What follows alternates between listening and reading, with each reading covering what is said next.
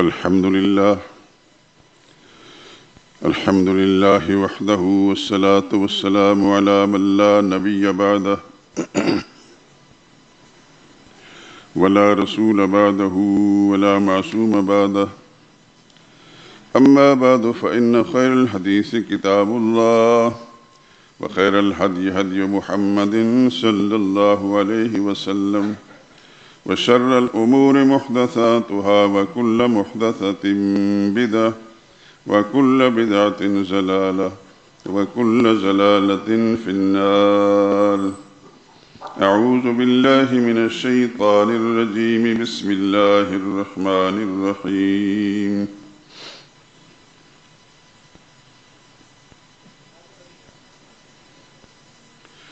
قل يا أيها الناس إن كنتم في شك من ديني فلا أعبد الذين تعبدون من دون الله ولكن أعبد الله الذي يتوفاكم وأمرت أن أكون من المؤمنين وأن أقم وجهك للدين حنيفا ولا تكونن من المشركين ولا تدع من دون الله ما لا ينفعك ولا يضرك فإن فعلت فإنك إذا من الظالمين وإن يمسسك الله بضر فلا كاشف له إلا هو وإن يردك بخير فلا راد لفضله يصيب به من يشاء من عباده وهو الغفور الرحيم.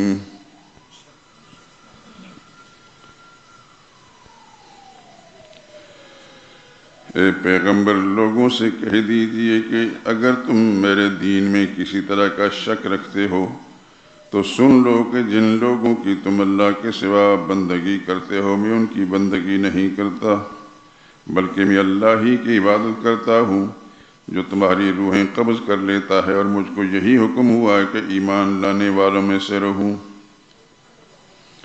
اور یہ بھی کہ محمد صلی اللہ علیہ وسلم یکسو ہو کر دین اسلام کی پیروی کیے جاؤ اور مشرکوں میں سے ہرگز نہ ہونا اور اللہ کو چھوڑ کر ایسوں کو مت پکارنا جو نہ تمہارا کچھ بھلا کر سکتے ہیں اور نہ کچھ بگاڑ سکتے ہیں. اگر ایسا کرو گے تو ظالموں میں سے ہو جاؤ گے اور اگر اللہ تم کو کوئی تکلیف پہنچانا چاہے تو اس کے سوا اس کا کوئی ہٹانے والا نہیں اور اگر تم سے بھلائی کا فیصلہ کرنا چاہے تو اس کے فضل کو کوئی روکنے والا نہیں. وہ اپنے بندوں میں سے جسے چاہتا ہے فائدہ پہنچاتا ہے وہ بخشنے والا مہربان ہے.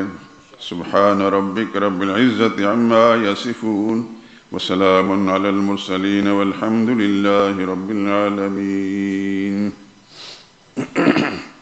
درود پاک پڑھ لیں. اللهم صل على محمد وعلى آل محمد كما صليت على إبراهيم وعلى آل إبراهيم إنك حميد مجيد. اللهم بارك على محمد وعلى آل محمد كما باركت على إبراهيم وعلى آل إبراهيم إنك حميد مجيد.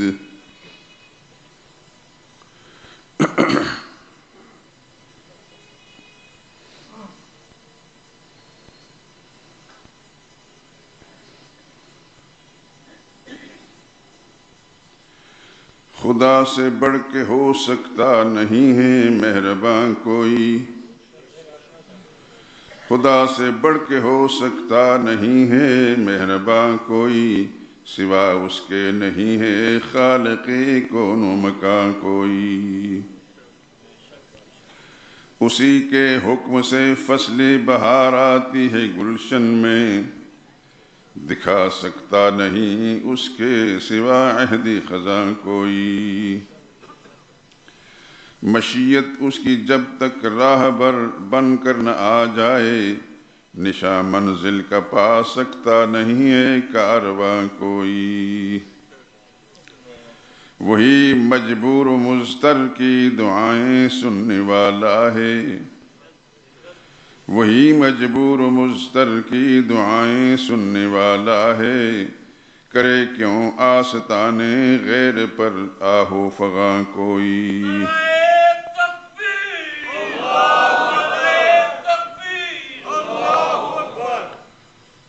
اللہ جزائے خیر دے آپ کو۔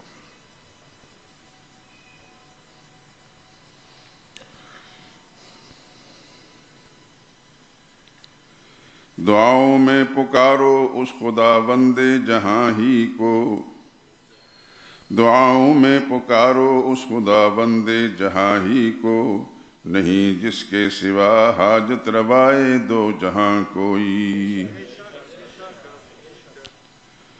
وہی ہے حامی و ناصر، وہی ہے حاضر و ناظر، وہی ہے حامی و ناصر، وہی ہے حاضر و ناظر، بجز ذات خدا ہرگز نہیں ہے غیب داں کوئی۔ زمین و آسمان شمس و قمر دن رات شاہد ہیں، نہیں اس کے سوا ارض و سما کا حکمراں کوئی۔ اسی کے قبضہ قدرت میں ہے نفع و ضرر سب کا، سوا اس کے نہیں ہے مالک سود و زیاں کوئی۔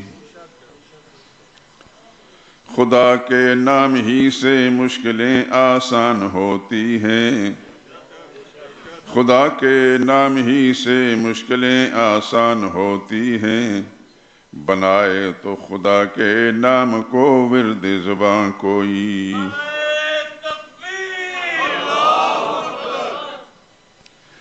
یہی تعلیم قرآن ہے، یہی ہے حاصل سنت، یہی تعلیم قرآن ہے، یہی ہے حاصل سنت، نہیں معبود برحق جز خدا بند جہاں کوئی۔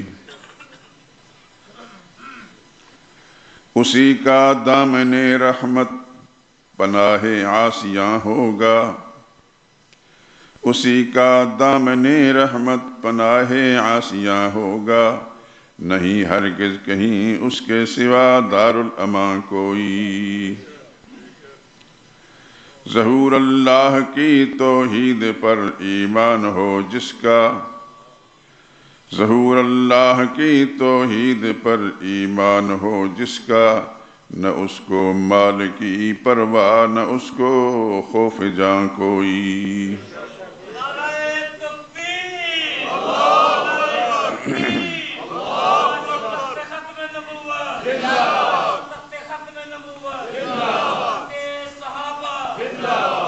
جزاکم اللہ خیر، اللہ اسی جذبے کو قائم دائم رکھے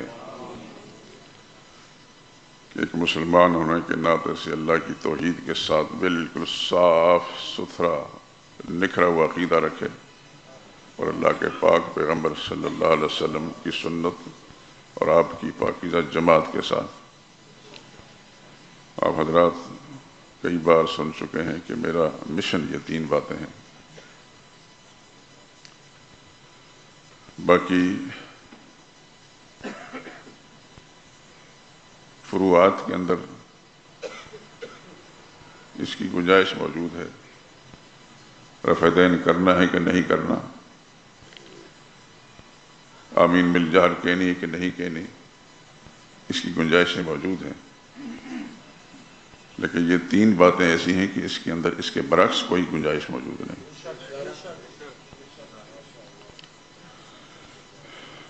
اللہ سے دعا ہے کہ اللہ مجھے بھی اس پر قائم رکھے، اور آپ کو بھی، آپ کی نسلوں کو خدا اس پر ہدایت پر قائم رکھے۔ یہ تو آپ کے علم میں پہلے سے آ چکا ہے کہ میں نے رمضان مبارک کس مسئلے کے لیے مخصوص کیا ہوتا ہے، شروع دن سے ہی ایسا ہے۔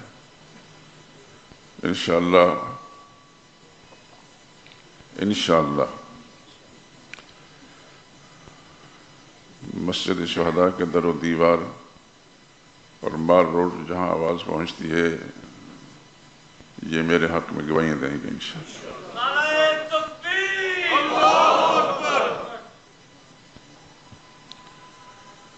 یقیناً آپ حضرات، اللہ آپ کو سلامت رکھے، آپ ہی میرے گواہ ہوں گے۔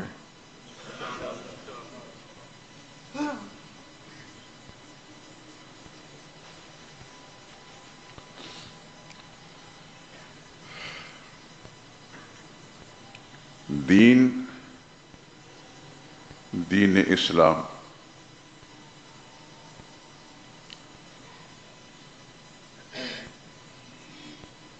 اس کی دو شقیں ہیں، ایک ہے عقیدہ اور ایک ہے اعمال۔ صاف صاف لفظوں میں، آسان لفظوں میں عرض کر رہا ہوں۔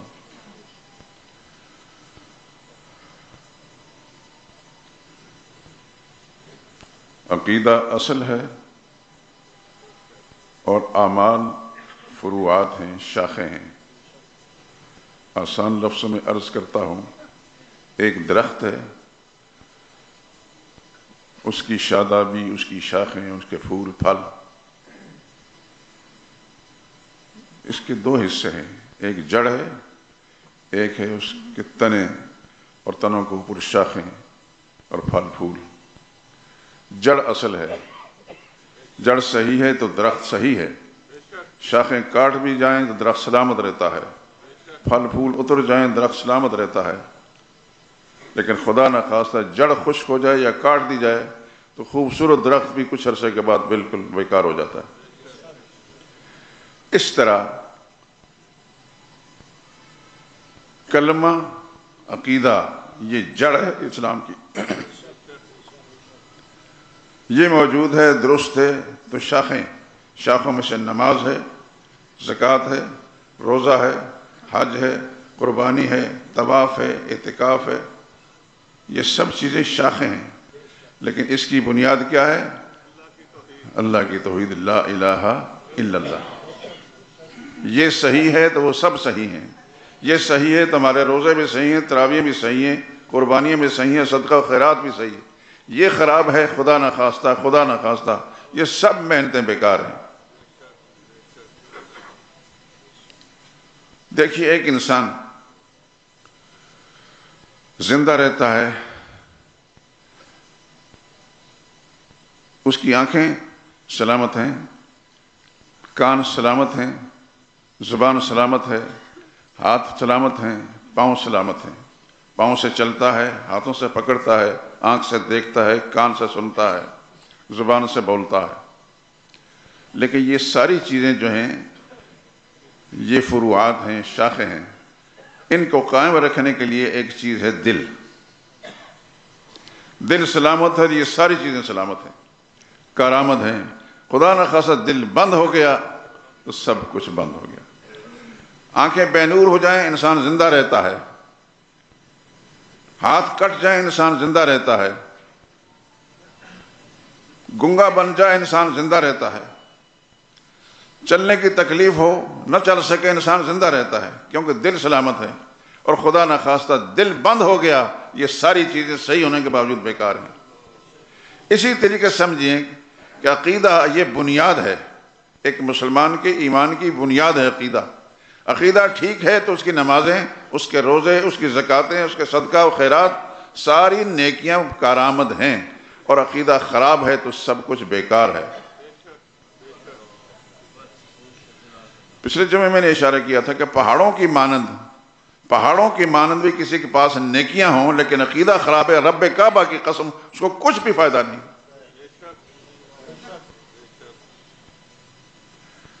تو سارا دار و مدار ایک انسان کی کامیابی کا، اس کے ایمان کا، خدا کے ہاں سرخرو ہو کر جانے کا عقیدے پر ہے۔ اور یہ بات بار بار آپ کو میں سنا چکا ہوں کہ عقیدہ ہی کے لیے انبیاء اکرام مبعوث ہوئے۔ آپ قرآن کریم کے اندر پڑھ لیں، ہر نبی کا عقیدہ تو بیان ہوا کہ ہر نبی کی نمازیں، اس کا ذکر نہیں ہے۔ کس نبی نے نمازوں کی کتنی تعلیم دی، اس کی امت نے روزے رکھے کہ نہیں، اس کی امت نے حج کیے کہ نہیں، وغیرہ ذالک۔ لیکن عقیدہ ہر پیغمبر نے بیان کیا، اور عقیدے کی بنیاد پر قوموں کے ساتھ تنازع ہوا۔ نوح علیہ السلام پہلے پیغمبر ہیں جنہوں نے یہ کام کیا، لیکن لوگوں نے نہیں مانا۔ قرآن حکیم سورہ نوح پڑھیں، رب انی دعوت قومی لیلا ونہارا، میرے داتا میں نے دعوت دی اپنے قوم کو، صرف دن کو نہیں رات کو بھی، لیلا ونہارا، راتوں کو بھی دن کو بھی، فلم یزدہم دعائی الا فرارا، میں جوں تیری توحید طرف ان کو بلاتا رہا یہ بدنصیب بھاگتے ہی رہے۔ وَإِنِّي كُلَّمَا دَعَوْتُمْ لِتَغْفِرَ لَهُمْ، اے اللہ جب بھی میں نے ان کو دعوت دی کہ تو ان کی بخشش کر دے، ان کو معاف کر دے، جَعَلُوا أَصَابِعَهُمْ فِي آذَانِهِمْ، میری آواز کو سن کر اپنی انگلیاں اپنے کانوں میں ٹھونس لی کہ سنیں نا۔ اور پیغمبر فرماتے ہیں کہ میں نے صرف دن کو نہیں، جمعے کو نہیں، دن رات خدا کی توحید کی دعوت دی۔ نبیوں کا جو کام ہے، امت ہماری طرح کے کروڑوں دنیا کے اندر ہوں، اس کے کروڑوں میں حصے میں بھی نہیں ہو سکتا ان کا کام۔ نبی کے اس انداز سے کام ہے، قرآن حکیم کے اندر آتا ہے۔ اس لیے میں آپ حضرات سے درخواست کرتے رہتا ہوں قرآن کی تلاوت کریں اور ترجمے والے قرآن کا۔ سورہ ہود کے اندر ہے کہ جس وقت انہوں نے نہیں مانا تو اللہ پاک نے پیغمبر کو فرما دیا کہ قریب ان کو ہلاک کرنا ہے۔ ان کی ہلاکت جو ہے سیلاب کے ذریعے سے ہوگی، طوفان کے ذریعے سے ہوگی۔ اور آپ ایسا کریں کہ اپنے لیے، اپنے گھر کے اہل ایمان کے لیے اور چند افراد جو آپ پر ایمان لائیں ان کے لیے ایک کشتی تیار کریں۔ وَاصْنَعِ الْفُلْكَ، کشتی بنائیں۔ کُلَّمَا مَرَّ عَلَيْهِمْ قَوْمٌ مَرَوْا مِنْ قَوْمِهِ، نوح علیہ السلام نے کشتی بنانا شروع کی تو قوم کے سرکش چودھری، غرور و تکبر کے پیکر نوح علیہ السلام کے اس عمل کو دیکھ کر کہتے ہیں کل مبلغ بن کر آیا تھا اور آج لوہار بن گیا، ترخان بن گیا، وہ کام نہیں چلا تھا، یہ کام مذاق اڑاتا۔ ساخروا منہ، قرآن کہتا ہے ساخر مذاق اڑاتے۔ اللہ کے نبی نے فرمایا ان تسخروا منا فانا نسخر منکم، آج تم مذاق اڑا لو، وقت آنے والا ہے کہ پھر ہم تمہارے ساتھ یہ کریں گے۔ اور اسی اثناء میں یہ بات پوری بتا دیتا ہوں، نوح علیہ السلام کے اپنے فرزند، اپنے بیٹے، انہوں نے باپ کی دعوت کا انکار کیا۔ خدا کی تقسیم دیکھیں، نوح علیہ السلام کے بیٹے کو دیکھیں، ابراہیم علیہ السلام کے والد کو دیکھیں، محمد مصطفیٰ صلی اللہ علیہ وسلم کے چچاؤں کو دیکھیں، نبیوں کی شان دیکھیں اور پھر ان کا قریبی عزیزوں کا حال دیکھیں۔ نوح علیہ السلام نے اپنے بیٹے کو کہا بیٹا ان قریب خدا کا عذاب آنے والا ہے، ارکب معنا، ہمارے ساتھ کشتی میں بیٹھ جا، ولا تکن مع الکافرین، کافروں کے ساتھ نہ دے۔ تو کہنے لگا سآوی الی جبل، وہ جو اونچا پہاڑ ہے میں وہاں چڑھ جاؤں گا، یعصمنی من الماء، مجھے کوئی خطرہ نہیں۔ نوح علیہ السلام فرمایا بد نصیب آدمی، یہ روایتی سیلاب نہیں، خدا کا عذاب ہے۔ قصہ مختصر کہ باپ بیٹے کی گفتگو ہو رہی تھی، قرآن کہتا ہے وحال بینہم الموج، اللہ کے طوفان کی لہر آئی، وکان من المغرقین، وہ سرکش بیٹا غرق ہو گیا باپ کی آنکھوں کے سامنے۔ اللہ اکبر، اللہ اکبر۔ کئی دفعہ میں آپ حضرات کو اس سے پہلے بھی اس طرح متوجہ کرا چکا ہوں، اب بھی میرے ذہن میں آئی بات۔ خدا کا پیغمبر ہے، 950 برس تک خدا کی توحید کی دعوت دی، اس کے سامنے اس کا بیٹا غرق ہوا۔ میں کہا کرتا ہوں خدا کسی کے رشتہ دار نہیں، اللہ کسی کا رشتہ دار، جو اللہ کا وفادار ہے بس اسی کے لیے۔ نوح علیہ السلام باپ تھے، آخر پدری شفقت نے جوش مارا، بارگاہ الہی میں التجا کی، رب ان ابنی من اہلی، میرے داتا میں یہ میرا بیٹا تھا، میرے گھرانے کا فرد تھا، وانت احکم الحاکمین۔ خدا کی طرف سے جواب کیا آیا؟ وہ پیغمبر جو دن رات 950 سال تک خدا کی توحید کی دعوت دیتا رہا، اس کا اللہ کی طرف سے جواب ہے، انہو لیس من اہلک، میرے پیغمبر آپ کہتے ہیں آپ کا اہل ہے، میں کہتا ہوں یہ آپ کا اہل نہیں، انہو عمل غیر صالح، یہ بدکار انسان ہے، فلا تسألنی، اللہ اکبر، خدا کی قسم ان الفاظ کو پڑھ کر انسان ہل جاتا ہے، فلا تسألنی ما لیس لک بہ علم، مجھ سے مت سوال کر جس چیز کا آپ کو پتہ نہیں، انی اعظک ان تکون من الجاہلین، میں نصیحت کرتا ہوں کہ جہل میں مت مرنا۔ یا رب کریم، کہاں پیغمبر کی شان، کہاں اللہ کی کبریائی، سبحان اللہ۔ پیغمبر کو جب اندازہ ہوا کہ بارگاہ الہی سے التجا رد کر دی گئی اور اللہ تعالیٰ نے ناراضگی کے انداز میں جواب فرمایا، پیغمبر اللہ کی بارگاہ میں ہاتھ باندھ کر کھڑے ہوئے، اے اللہ میں توبہ کرتا ہوں، میں توبہ کرتا ہوں ان اسلم، میں ایسا سوال کروں کہ جس کا مجھے پتہ نہیں۔ 950 سال تک خدا کا پیغمبر، اللہ کی توحید کی دعوت دینے والا، اس کے گھرانے کے ایک فرد، ایک بچہ، اگر فرض کرو اللہ اس کو معاف کر دیتے تو اللہ کی خدائی میں کوئی بگاڑا جاتا؟ کچھ نہیں بگاڑا تھا۔ خدا کا قانون اٹل ہے، پیغمبر کے لیے بھی، پیغمبر کے گھرانے کے لیے بھی، میرے لیے بھی، اور آپ کے لیے، اور ہر انسان کے لیے۔ اللہ اکبر، اللہ اکبر، اللہ اکبر۔ باپ کے سامنے بیٹا غرق ہو گیا، اللہ نے غرق کر دیا، باپ خدا کا نبی ہو کر بھی بیٹے کو بچا نہ سکا۔ بچانے کی طاقت کس کے پاس ہے؟ اللہ ہی کے پاس ہے۔ میں آپ کا شکر گزار بھی ہوں کہ توجہ کے ساتھ بات سن رہے ہیں۔ اللہ آپ کو لمبی زندگی دے، لمبی زندگی دے، آپ کی نسلوں کو بھی لمبی زندگی دے۔ میرا تو کچھ پتہ نہیں، لیکن اللہ اسی صاف ستھرے عقیدے پر آپ کو قائم رکھے اور آپ کی نسلوں کو بھی قائم رکھے۔ عرض کر رہا تھا کہ انبیاء اکرام علیہ السلام، نوح علیہ السلام کے بیٹے کو دیکھیں، ابراہیم علیہ السلام کے والد کو دیکھیں۔ پچھلے جمعے اشارہ دیا تھا میں نے، ابراہیم خلیل اللہ نے باپ کے لیے دعا کی بارگاہ، یا اللہ میرے باپ کو بچا لے۔ اللہ نے فرمایا بچائیں گے نہیں، کہ ابراہیم علیہ السلام سے بڑا پیغمبر بھی کوئی؟ اللہ اکبر، اللہ اکبر۔ حضور صلی اللہ علیہ وسلم نے فرمایا انا دعوت جدی ابراہیم، میں اپنے دادا ابراہیم کی دعاؤں کا نتیجہ ہوں۔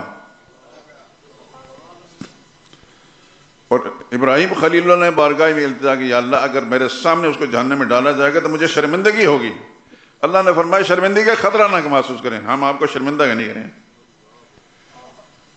اتنی سی باتیں ہوگی، آج ہی میں دیکھ رہا ہے کتاب، اللہ فرمائیں گے اپنے پاؤں کی طرف ذرا دیکھ۔ ابراہیم خلیل اللہ کو فرمایا جائے گا اپنے پاؤں کی طرف، قدموں کی طرف دیکھ۔ فَإِذَا هُوَ بِزِيخٍ مُتَلَطِّخٍ، اللہ اکبر، اللہ اکبر۔ پیغمبر دیکھیں گے تو ایک بجو پڑا ہوگا کیچڑ میں لتھڑا ہوا، اس کو خدا کے فرشتے ہاتھ پاؤں سے پکڑے جہنم میں ڈال دیں گے۔ جہنم میں ڈال دیا جائے گا ابراہیم خلیل اللہ کا والد، لیکن اللہ اس کو مشرک کو معاف نہیں کریں گے۔ میں بار بار یہ توجہ اس طرف دلا رہا ہوں کہ شرک کے لیے معافی کی کوئی گنجائش نہیں۔ قرآن کیا کہتا ہے؟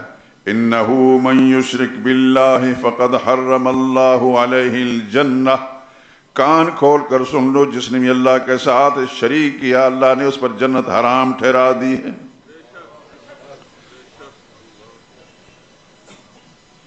خدا مجھے بھی، میری نسلوں کو بھی، آپ کو، آپ کی نسلوں کو بھی عقیدہ توحید پر قائم رکھے۔ جزاکم اللہ خیر۔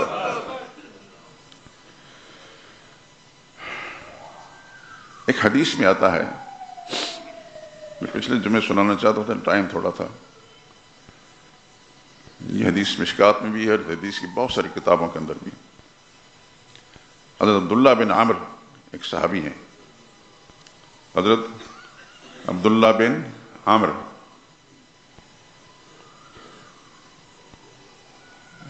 بات تو عجیب سی ہے لیکن میں کہہ دیتا ہوں کہ آپ حضرات سے مجھے ایک تعلق ہے. عامر کیسے لکھا جاتا ہے؟ عین میم را. عمر ایسا لکھا جاتا ہے اور عامر بھی ایسا لکھا جاتا ہے. دونوں میں فرق یہ ہے کہ عامر کے بعد واو ڈالی جائے گی، پڑھی نہیں جائے گی، لیکن علامت کے طور پر ہوگی کہ یہ عمر نہیں ہے، عامر ہے. ایک دفعہ پرانی بات ہے، اس مسجد میں آیا تھا تو ایک خطیب صاحب کسی مسجد کے مجھے ملنے آئے. نام نہیں لینا چاہتا، کسی کی تذلیل نہیں ہے، اللہ میری بھی بھلائی فرمائے اور ان کی بھی. وہ بار بار عمرو کا عمرو لفظ بولے، عمرو. میں نے توجہ کی، میں نے یہ کیا عمر کس کو کہہ رہے؟ کہتے وہ واو نہیں لکھی. خدا کے بندے، مدرسوں کے اندر باقاعدہ پڑھایا جاتا ہے کہ عامر اور عمر میں فرق یہ ہے کہ عمر میں آگے واو نہیں لکھی جاتی اور عامر کی پہچان یہ ہوتی ہے اس کے بعد واو لکھی جاتی تاکہ پتہ چلے یہ عامر ہے. کیونکہ حدیث کی کتابوں کے اندر زیر زبریں نہیں ہوتی الا ماشاءاللہ. قرآن میں زیر زبریں ہیں لیکن ایک دور ایسا بھی تھا کہ قرآن میں زیر زبریں نہیں تھیں. تو آپ سوچتے ہوں گے کس نے لگائیں؟ میں توجہ دلانا چاہتا ہوں. شاید آپ کی معلومات میں یا آپ کے مطالعے میں نہ ہو، قرآن حکیم پر زیر زبریں اس آدمی نے لگوائی ہیں، قیامت تک رہیں گی، جس کو آج کا مسلمان گالی بکتا ہے.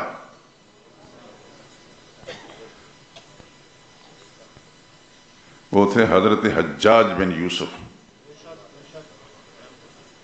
جاہل مسلمان، جاہل مسلمان، جاہل مولویوں، جاہل، میں کیا نام لوں ان کے بہکاوے میں اس آدمی کو جس امت پر قیامت تک آنے امت کے لیے احسان کیا ہے زیر زبریں لگائی ہیں. اس سے پہلے زیر زبر نہیں تھی. جس کو آج بھی لوگ گالیاں بکتے ہیں، کتوں کا کام بھونکنا ہی ہوتا ہے اور کوئی کام نہیں ہوتا. حدیث کی کتابوں کے اندر زیر زبر نہیں ہوتی. مدرسوں کے طالب علموں کو باقاعدہ جو شروع میں صرف اور نحو پڑھایا جاتا ہے، یہ صرف نحو کا مقصد یہ ہوتا ہے کہ یہ آگے چل کر عربی عبارتیں صحیح پڑھیں. اور میں بطور تحدیث نعمت کہتا ہوں الحمدللہ، خوبی نہیں، کمال نہیں، عاجز انسان ہوں. جامعہ اشرفیہ کے اندر جب میں پڑھتا تھا تو 3 آدمی تھے. مولانا ادریس صاحب رحمۃ اللہ تعالیٰ علیہ کے سامنے عربی عبارت پڑھنے والے ہر آدمی پڑھ نہیں سکتا تھا، ذرا غلطی کی گنجائش نہیں ہوتی تھی. ایک میں تھا، ایک پٹھان طالب علم تھا، مجھے اب نام یاد نہیں، اور ایک برمی بنگالی ایک نوجوان تھے. بس 118 طالب علم میں یہ 3 تھے جو عربی عبارتیں پڑھتے تھے. یہ خدا کا فضل ہے، میرا کمال نہیں، خدا کا فضل ہے کہ میں عربی عبارت صحیح پڑھتا رہا ہوں الحمدللہ العظیم. تو یہ حدیث جو میں پڑھ رہا ہوں عن عبداللہ ابن عامر ہے، میں نے بتا دیا تھا. آئندہ انشاءاللہ آپ کو یہ فائدہ دے گا، آئندہ آپ کو یہ فائدہ دیں گے. عبداللہ بن عامر فرماتے ہیں قال قال رسول اللہ صلی اللہ علیہ وسلم، سرور کائنات صلی اللہ علیہ وسلم ارشاد فرمائے ان اللہ سیخلص رجلا من امتی علی رؤوس الخلائق. قیامت کے دن اللہ تعالیٰ ساری دنیا کے روبرو سب کے سامنے میری امت کے ایک آدمی کو الگ کر کے کھڑا کریں گے. ساری دنیا کے روبرو میری امت کے ایک آدمی کو الگ کر کے کھڑا کریں گے. اللہ اکبر. یوم القیامہ، قیامت کے دن.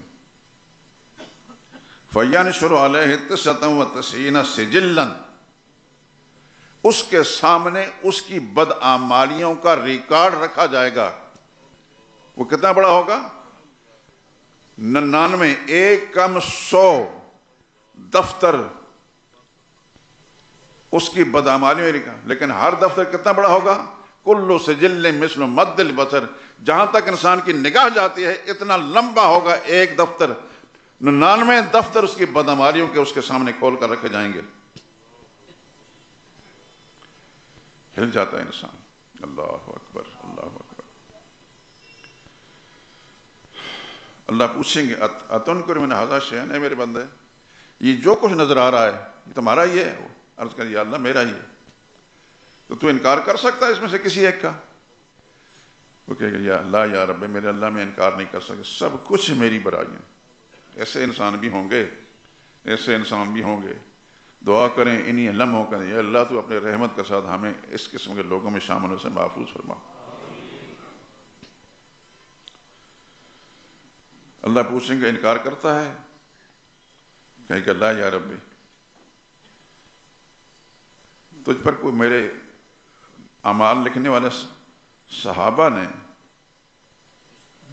فرشتوں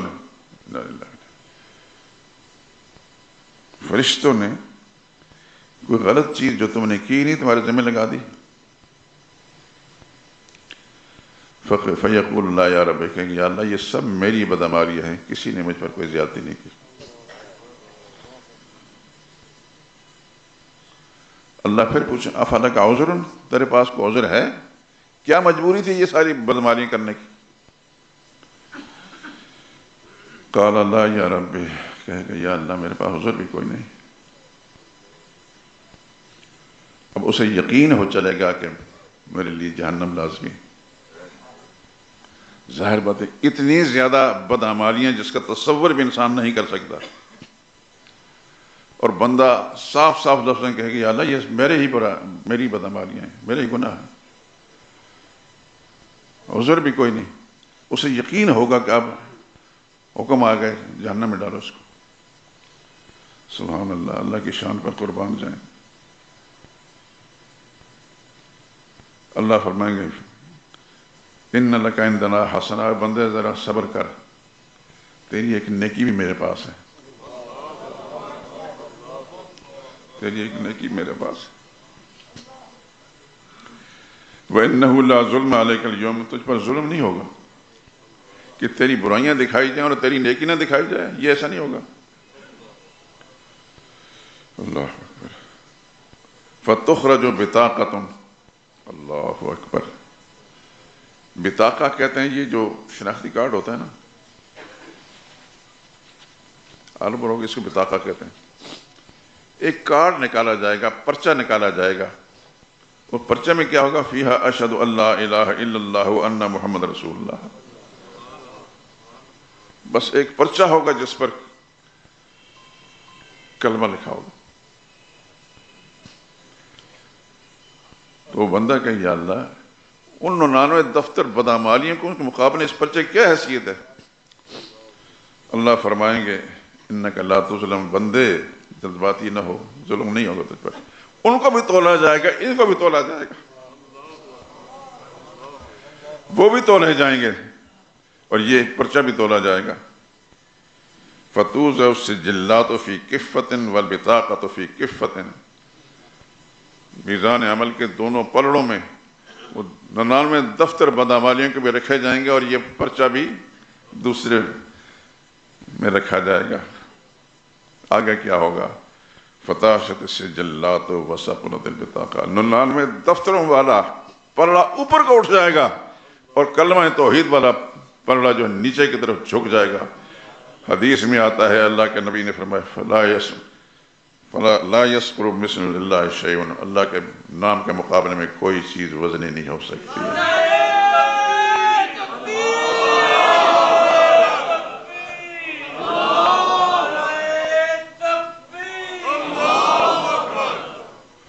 اللہ آپ کو جزائے خیر دے، اللہ مجھے آپ کو بھی ایسے ہی لوگوں میں شامل کریں۔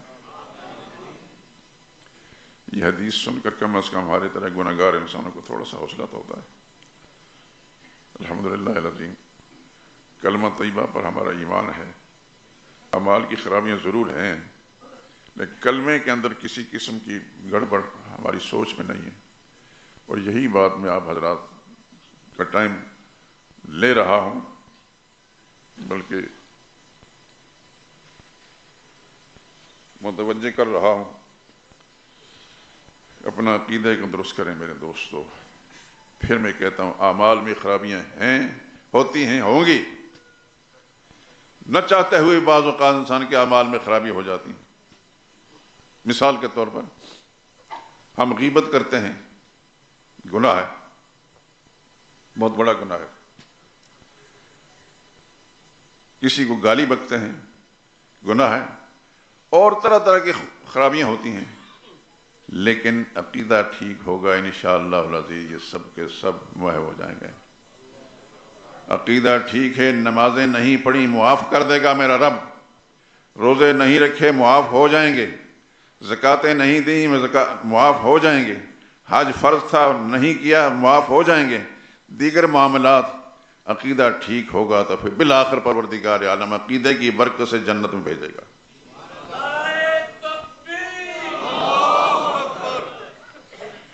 یہ کہنے کا مقصد ہرگز نہیں کہ دوسری چیزوں کی طرف نماز نہ پڑھی جائے، زکوٰۃ نہیں دی جائے، روزے نہ، اللہ سے توفیق بھی مانگے کہ یہ دن جو ہیں رمضان کے مہینے کے بڑے مبارک دن ہیں، مقدس دن ہیں، اور ان کے اندر یہ جو بھی دعائیں آپ مانگیں گے میرا رب وعدہ ہے اس کا ضرور سنے گا، لیکن نیک نیتی کے ساتھ اللہ سے مانگا جائے تو انشاءاللہ العزیز مجھے اللہ کی رحمت سے امید ہے کہ اللہ کریم مجھے بھی اور آپ کو بھی اپنی رحمت سے، کلمے کی برکت سے، عقیدہ توحید کے برکت سے پار کریں گے انشاءاللہ۔ اللہ اس پر قائم رکھے، اور اس کے ساتھ یہ بھی کہ ہم یا اللہ ہمارے ایسا جذبہ پیدا کر دے کہ ہم اپنے حلقہ میں سب سے پہلے ہمارا گھر ہے، گھر کے افراد کو بھی یا اللہ بیوی، بچے، بچیاں، بہو، اس کے بچے، بہن بھائی، ان کے بچے، یا اللہ ان تک بھی صحیح بات پہنچا سکیں اور ان کو باور کرا سکیں سچ یہ ہے، وہ اس کے علاوہ سب کا غلط ہے۔ تو انشاءاللہ العزیز آپ محنت کریں گے تو اس کا نتیجہ آنکھیں بند ہونے کے ساتھ ہی ہو جائے گا۔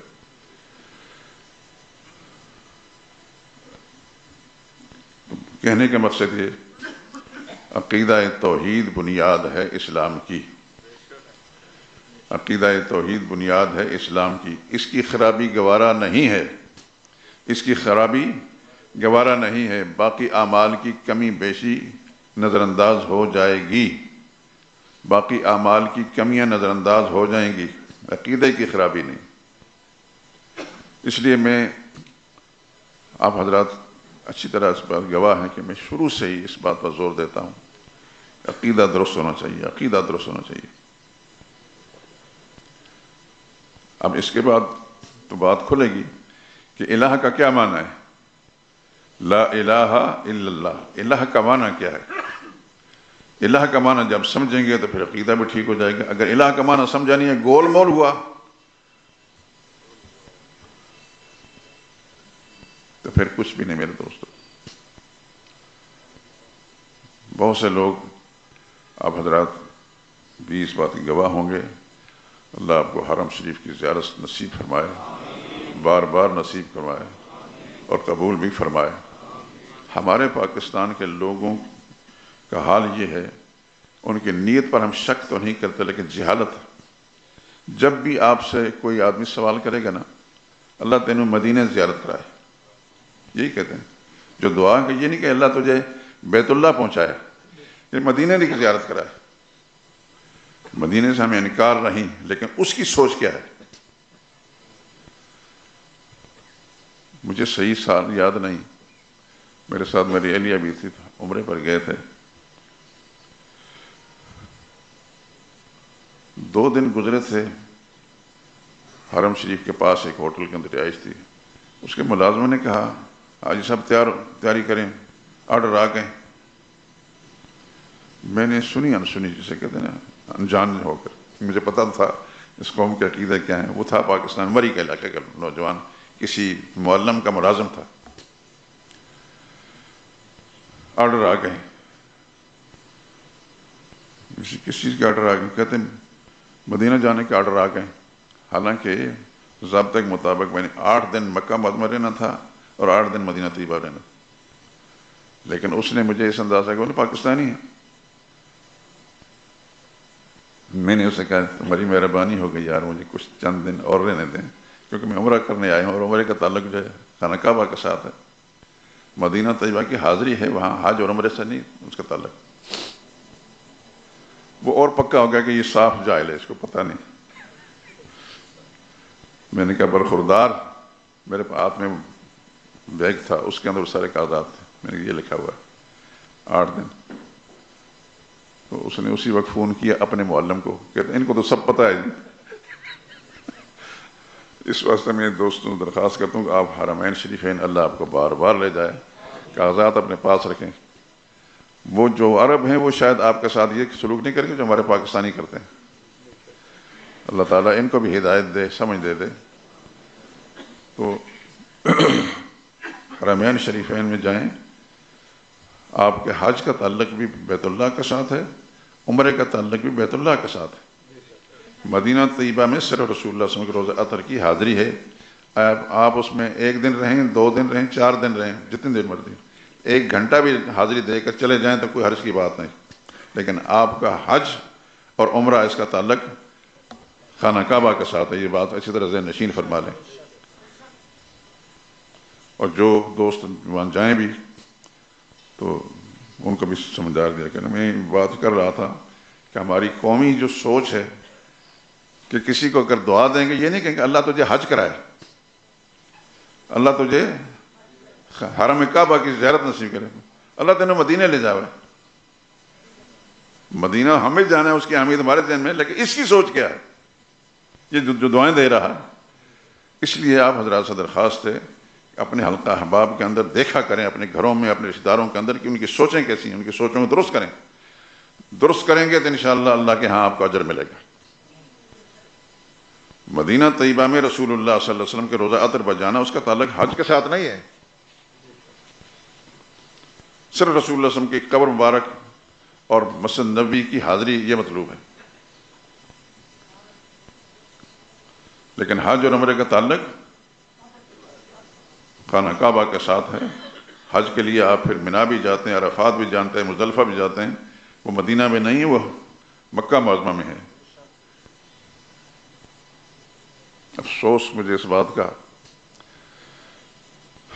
ہمارے پاکستان کا جو مذہبی طبقہ ہے اپنی پوجا تو کروائیں گے، یہ مولوی پیر ان کو جھک جھک کر ضرور ملیں گے وہ، لیکن ان کو صحیح عقیدہ نہیں درست کرتا کہ تمہارا عقیدہ کیا ہونا چاہیے، ہمارا ایمان کیا ہونا چاہیے، نبی کریم صلی اللہ علیہ وسلم کے ساتھ تمہارا تعلق کیا ہونا چاہیے، نبی کی جماعت کے ساتھ تمہارا تعلق کیا ہونا چاہیے۔ نہ، یہ بات نہیں۔ اور آپ حضرات شاید اس معاملے کو مجھ سے زیادہ جانتے ہیں۔ خدا کا شکر ادا کریں کہ آپ کو مسجد شہداء سے تعلق ہے، یہاں آپ کو صاف ستھرا عقیدہ بیان کیا جاتا ہے۔ انشاءاللہ اگر اس کے اندر کوئی خامی ہوگی تو میں خدا کا مجرم ہوں، آپ کو خدا نہیں پکڑیں گے، لیکن جو بات صحیح کہتا ہوں اللہ پاک اس پر عمل کرنے کی توفیق نصیب فرمائے۔ لیکن کوشش یہ کریں کہ اس صحیح بات کو اپنی ذات تک نہ رکھیں، اس کو آگے بھی پہنچائیں کہ جس نبی کے آپ امتی ہیں اس نبی نے یہ تعلیم دی ہے صلی اللہ علیہ وسلم۔ صحابہ اکرام دیکھیے کیا لوگ تھے، صحابہ کہاں پیدا ہوئے، کہاں بڑے ہوئے، خاندانی کافر، خاندانی مشرک، نبی کے دامن سے وابستہ ہوا، کہیں سے کہیں پہنچ گئے۔ اللہ اکبر۔ آپ کے پاکستان کے، افغانستان کے اندر میں خود ان قبروں پر ہو کر آیا ہوں، آپ کے پاکستان کے اندر کئی جگہوں کے اندر، سندھ کے اندر، صوبہ سرحد کے اندر صحابہ کرام کی قبریں ہیں۔ یہاں تو ان کے خاندان نہیں رہتے تھے، نبی کا پیغام لے کر ان ملکوں کے اندر گھومے اور پھرے ہیں اور خدا کا پیغام پہنچائے۔ خدا کی ارب ہار رحمت نازل ہوں صحابہ کرام پر۔ تو صحابہ کے ساتھ جو محبت ہے اس کا سبب یہ ہے کہ یہ سچے وفادار تھے خدا اس کے رسول کے، سچے وفادار تھے۔ اور اللہ مجھے اور آپ کو بھی وفاداری نصیب فرمائے۔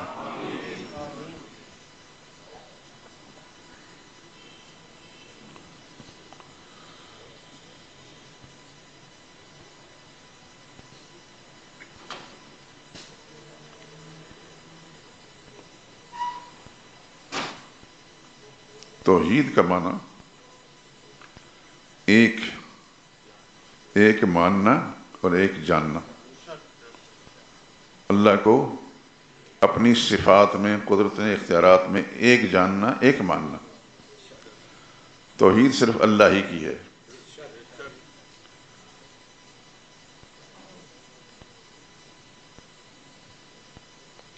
اللہ کی صفات میں، اللہ کی ذات میں وہ ایک ہے، دوسرا کوئی نہیں۔ قرآن حکیم کے اندر جا بجا آتا ہے، واحد کا لفظ، واحد کا لفظ آتا ہے، اللہ ایک ہے۔ قل هو اللہ احد۔ یہاں چلتے ہوئے بات کہہ دیتا ہوں، قرآن میں دو قسم کے لفظ آتے ہیں، ایک واحد کا لفظ اور ایک احد کا لفظ۔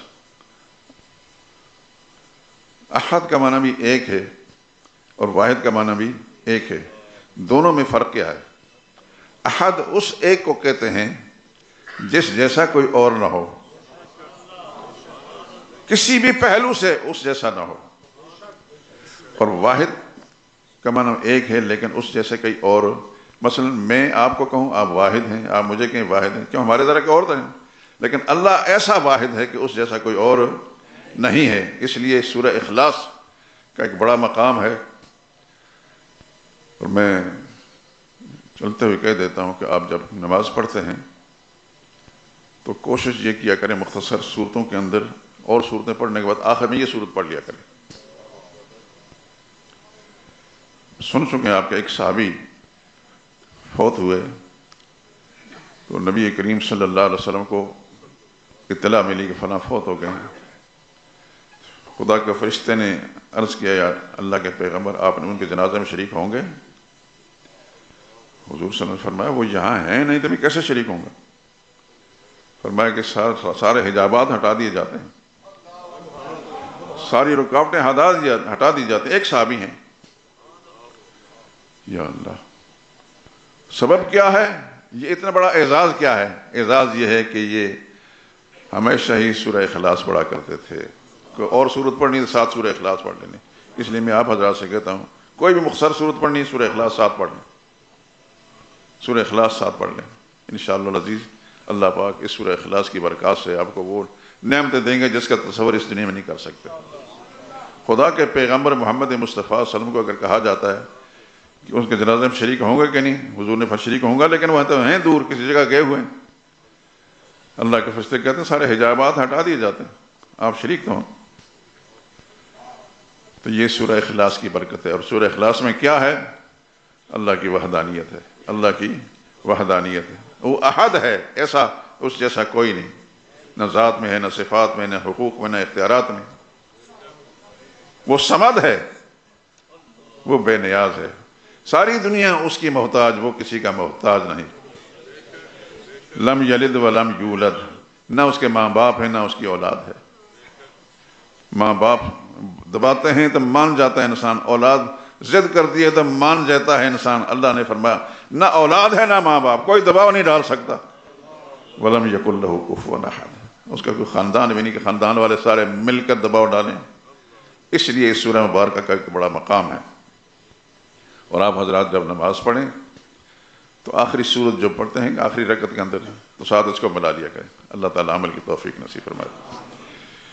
زندگی رہی میری انشاءاللہ آپ کے ساتھ اس موضوع پر گفتگو ہوگی، لیکن آخر میں رمضان مبارک کے مہینوں میں خاص طور پر جمعہ المبارک، آپ حضرات جانتے ہی ہیں گزشتہ برسوں کے اندر ہم جن مدارس میں خود پڑھے ہیں، جو ہمارے مدارس ہیں، ان کا تعلق پورے پاکستان سے، گوادر سے لے کر کوہستان تک، گلگت سے بھی آگے تک۔